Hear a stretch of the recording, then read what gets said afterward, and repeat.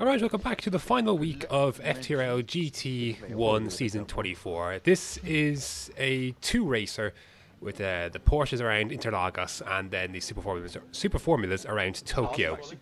Now, the reason why it was supposed to be originally two races at Brazil, but this pit lane exit here, the Super Formula cars will crash right there into the pits randomly, and not all the time, but randomly enough that it could easily happen in a race and screw someone's race over. So, I don't think they're registered an aero on it, you know, when you get a bit yeah, of so that's kind of why that's been the case. So, anyways, here's the qualifying then for the Porsches. It wasn't my best run. I actually had some okay pace around here, but couldn't quite deliver on it in qualifying. So I think it's like 8th or 9th or something.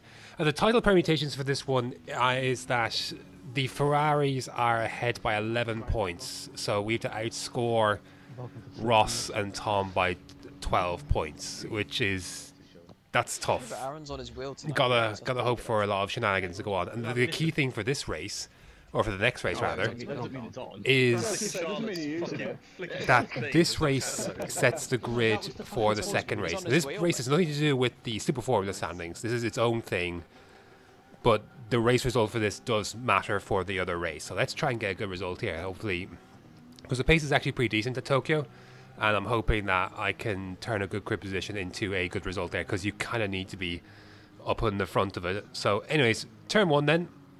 Nice and slow. Again, I thought the pace was good around here, so I liked my chances to fight through in this one. Decent run then out of this is coming out of the Curva de Sol.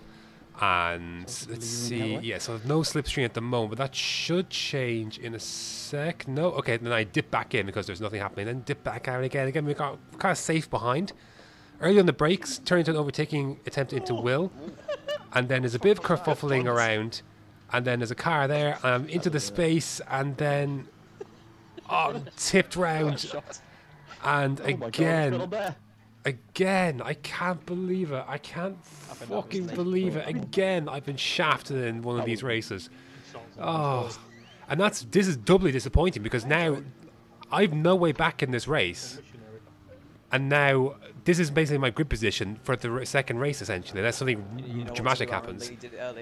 Blue flag goes off in front. He is the one that hit me, and he's giving back the place. So. But the damage has been done, as much as that does.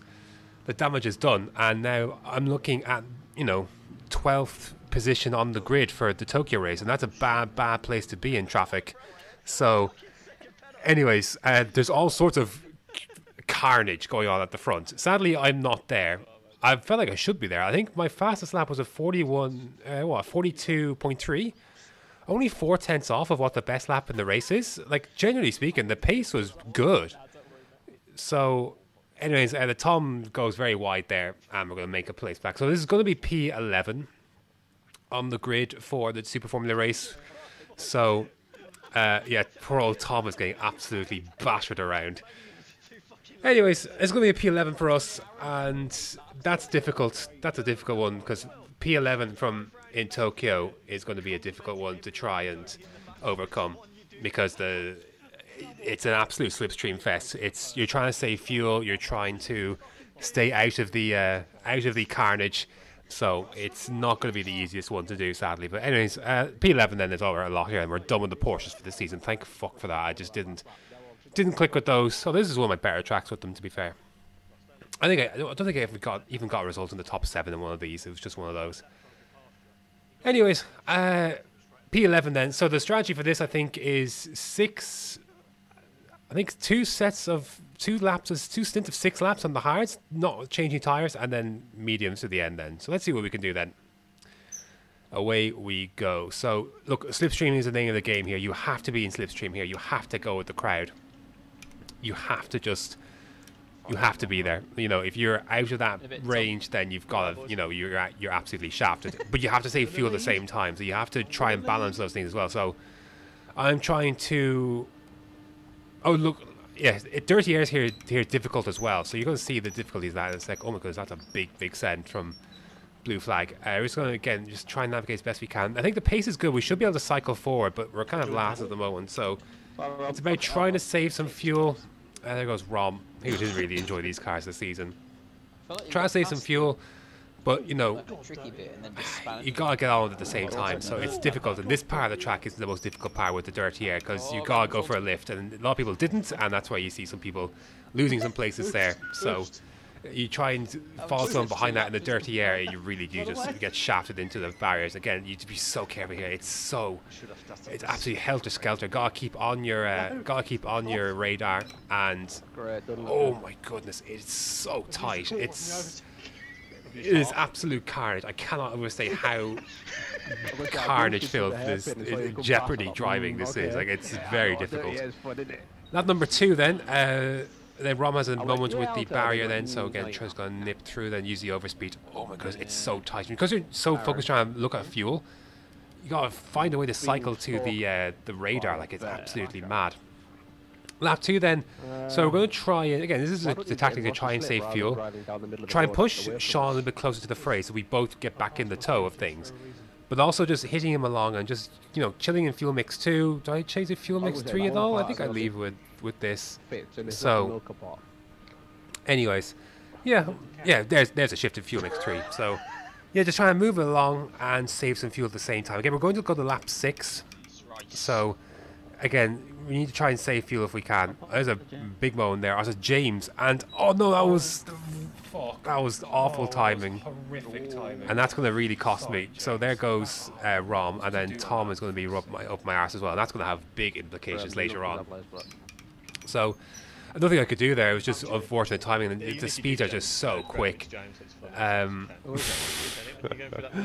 Lap 5 then, so I'll be trying to spend a little bit more fuel to try and keep with it. That is a moment I'm going to regret, and that is me into a barrier, and there goes blue flag then. And then I am not allowing Tom to valve through here, absolutely not.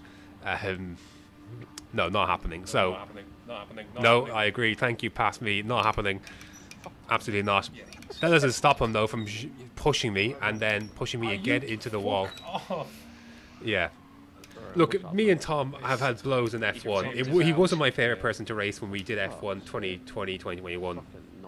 And sadly, not much has changed 4 years later. So, yeah, that's annoying. But it just means that, I mean, I attempt to take the high road in cooperation. I could just slingshot by, but I want to try and, you know, save some fuel. We have a little bit of fuel to spare. So, but like, everyone's saving in this first phase. You know what I mean? Like, everyone's doing the same thing. If you pass a few people who decide to pit early in the lap 5, Tom is going to go full push, I think, on the mediums. Anyways, I don't want to actually hang around behind Tom here. Absolutely not a chance. So I will happily take this move back.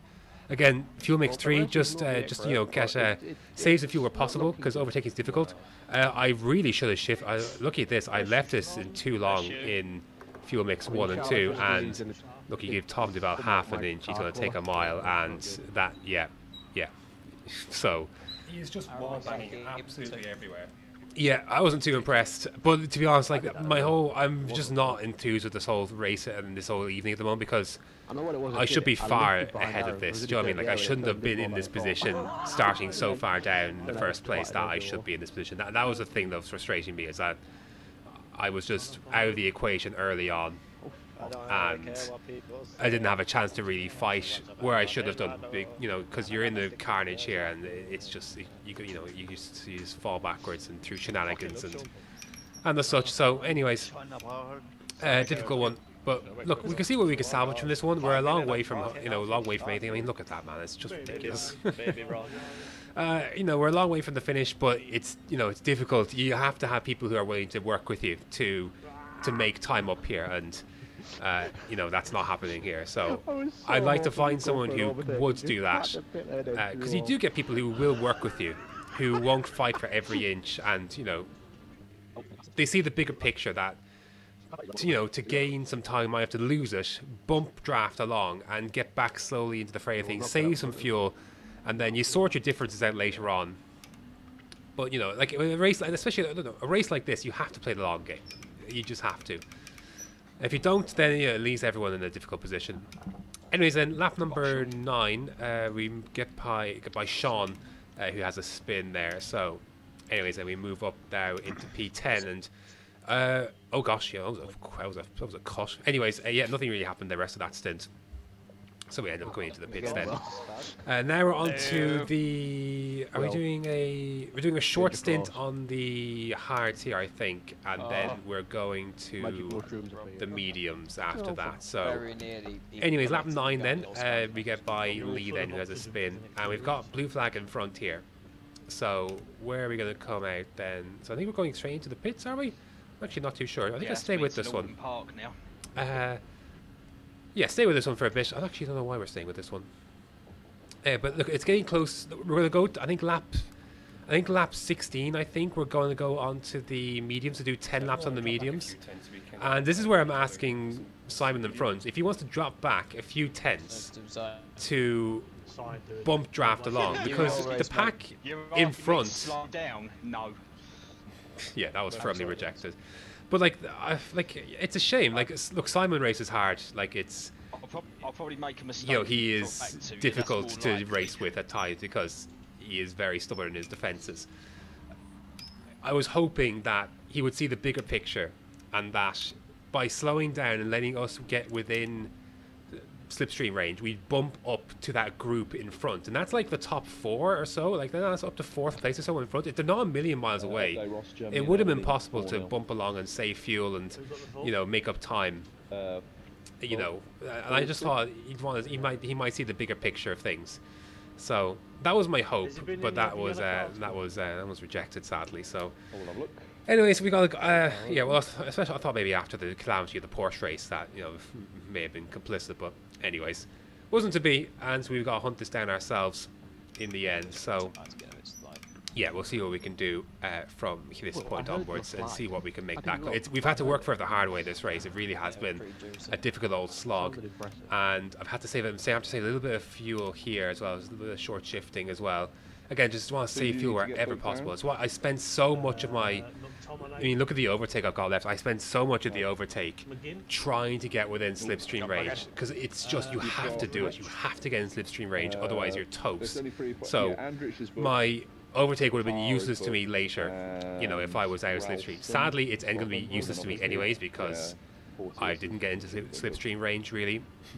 But anyway, I think we're going to box this lap and 10 laps on the mediums then to go to the end of the race and see what we can do. You know, there's some people in front who haven't. I think, I'm not sure. I don't know who's actually not run there. I think Tom is not on the mediums to finish here. I think, and Ross might be the other one as well. But anyways, then, yeah, 0.3 again. You probably want about 0.4, so heading down the straight. We've tried to, you know, stretch the fuel as much as we can here. But anyways, we're boxing this lap, and then we're going to put on the mediums to end the race and see what we can do. Look, Tom and Ross are running 1 and 2. It's going to be difficult to win the championship from here.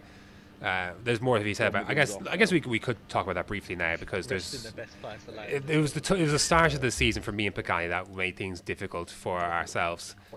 You know, I had no I was just on my phone internet the first week at Autopolis. I had a shitter in Monza. You know, it was just a few different things that didn't go our way. Anyways, mediums to go to the end again, 5 lap stints each. So that was the way people broke down. It was 6, 6, 5, 5, 5, I think, or 6. Yeah, I don't know what it was, but anyways, then we're going to go for a move. I want to get by blue flag here because he's not cooperating. So I want to really get by, because I think I have got a bit better pace. Again, it's just that why my whole... I was so frustrated in this race when it was happening. I was so mad at this point, because my first frustration is like, this is pointless. We're fighting for the death for P8 at the time. Whereas if we work together, we could get up to the guys in front and then fight for more points later on. So, you know, it was difficult. It was a difficult one for me to comprehend, and I was really, really angry during the race because, again, the Brazil stuff didn't help, and then I just thought, like, this is we're just not racing without, you know, we're just not doing a very good job getting this done, really, are we?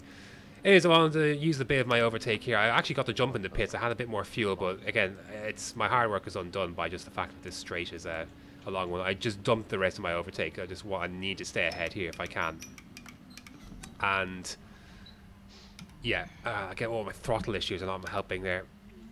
And then I think he's just going to use overtake then just to get by then. So yeah, again, this is hard racing. You know, we could make up that, you know, that gap in front to Rom. Certainly, Rom's not on me on mediums to finish here. I have to back out of that one, sadly.